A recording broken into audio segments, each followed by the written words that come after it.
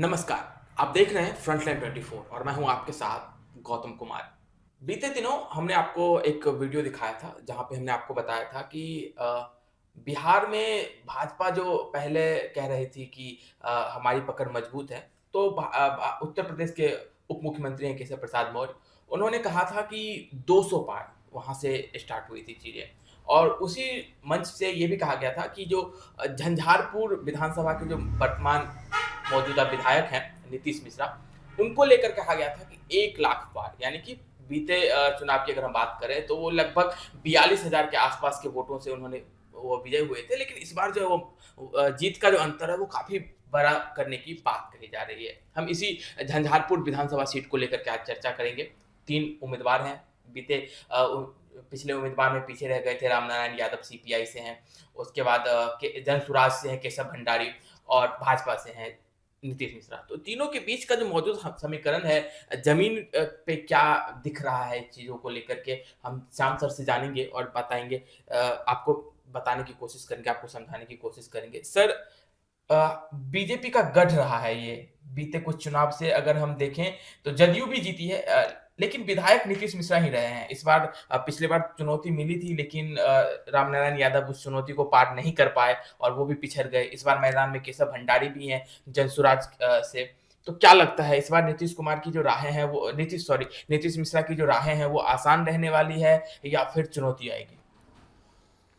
देखिए, झंझारपुर विधानसभा का जो भूगोल है वो कुछ इस तरह का है कि मेरा स्पष्ट मानना है कि जब तक भाजपा और जदयू का गठबंधन रहेगा वहां नीतीश मिश्रा को कोई हरा नहीं सकता, क्योंकि दोनों समीकरण, दोनों वोट मिल जाने से इतना बड़ा गैप होता है कि उसका भरपाई लोग नहीं कर पाते। तो दोनों गठबंधन है, जदयू भाजपा का मजबूत गठबंधन है। नीतीश मिश्रा एक अच्छे छवि वाले नेता हैं, बहुत अच्छा विकास कर रहे हैं वहाँ। उनके पिता डॉक्टर जगन्नाथ मिश्र 3 बार वहाँ के मुख्यमंत्री रह चुके हैं, 5 बार वहाँ के विधायक रह चुके हैं और उनके पद चिन्हों पर चलने वाले उनके सबसे छोटे पुत्र नीतीश मिश्रा हैं, जिन्होंने विदेश में पढ़ाई की, काफ़ी शिक्षित हैं, अनुभवी हैं और कम बोलने वाले नेता हैं। विकास को ही प्राथमिकता देते हैं वो। झंझारपुर में अगर किसी भी क्षेत्र में चले जाइए, आप किसी भी पंचायत में चले जाइए, उन्होंने बहुत अच्छा काम किया है। समस्याएं बहुत हैं, हर समस्या का निदान वो नहीं कर लिए हैं या संभव भी नहीं है, ये तो निरंतर होने वाला काम है। तो कई ऐसी बातें, समस्या है जिसका निदान नहीं हो पाया, लेकिन सभी 10 विधानसभा की चर्चा अगर करें उसमें सबसे बेहतर काम अगर दिखेगा तो झंझारपुर है।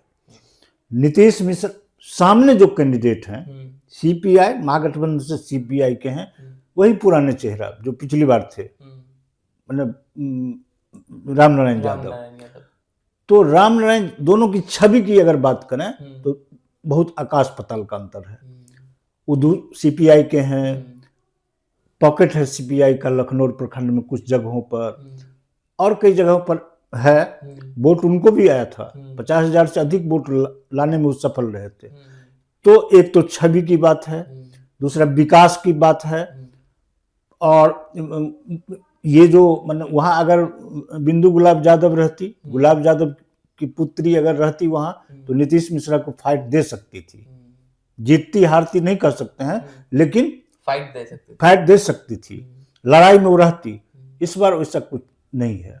अब रही जनस्वराज की बात, केशव भंडारी हैं, अच्छे व्यक्ति हैं, युवा हैं, लोगों के बीच में उनकी पहचान है, लेकिन इस तरह की पहचान नहीं है कि पूरे विधानसभा में वो मैंने बढ़िया वोट ले आए या अच्छी स्थिति में दिखें। ये स्थिति उनकी नहीं है। नुकसान वो करेंगे नीतीश मिश्रा का ही, जो भी वोट लाएंगे वो नीतीश मिश्रा का ही नुकसान होगा, लेकिन बहुत ज्यादा नुकसान नहीं कर। जो वहां जाने पर, वहां घूमने पर, विभिन्न पंचायतों में जाने पर, तीनों प्रखंड में घूमने पर जो जानकारी फीडबैक लोगों से मिल रहा है, उस आधार पर लगता है कि एक एनडीए का एक सेफ सीट, सबसे सेफ सीट झंझारपुर है। और चूंकि महागठबंधन से वही पुराने चेहरा जो पिछली बार चुनाव में थे उन्हीं को उतारा गया है। तो बहुत मजबूत चेहरा नीतीश मिश्रा के सामने नहीं है। वही ये है। और लोग वहाँ काम किस तरह का काम किए हैं वो, या पाइपलाइन में है उनका काम जो आने वाले समय में दिखेगा। तो इससे लोगों में है कि एक बार 15 में लोगों ने नीतीश मिश्रा को हरा दिया था, झंझारपुर के लोगों ने।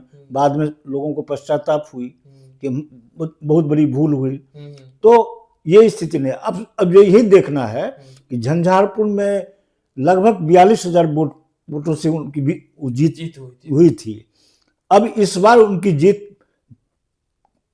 उस रिकॉर्ड को पार करता है या पीछे रहता है या नीचे रहता है, बस इसी पर बहस चल रहा है। वहां ये नहीं है कि नीतीश मिश्रा चुनाव हार रहे हैं या कहीं से ये नहीं दिख रहा है, क्योंकि चारों ओर नीतीश मिश्रा ही एक ऐसे प्रत्याशी हैं जो भाजपा के प्रत्याशी होते हुए उनको मुसलमान का भी वोट आता है। सभी वर्गों का, यादव हो, कोई भी हो, सभी समाज का वोट कम या ज्यादा प्राप्त करने में सफल रहते हैं। सभी का काम करते हैं। तो उनकी छवि, विरोध तो उनका भी है। लोग तरह तरह की बात उनके बारे में भी करते हैं, लेकिन उनकी विरोध करने वाले लोगों की संख्या कम है। समझ गए? लोग विकास को देखते हैं। प्रबुद्ध वर्गों का वह क्षेत्र रहा है, आज भी है। तो लोग समझते हैं कि काम करने वाले व्यक्ति को ही करे। और सौभाग्य है झंझारपुर का कि उद्योग मंत्री हैं वो।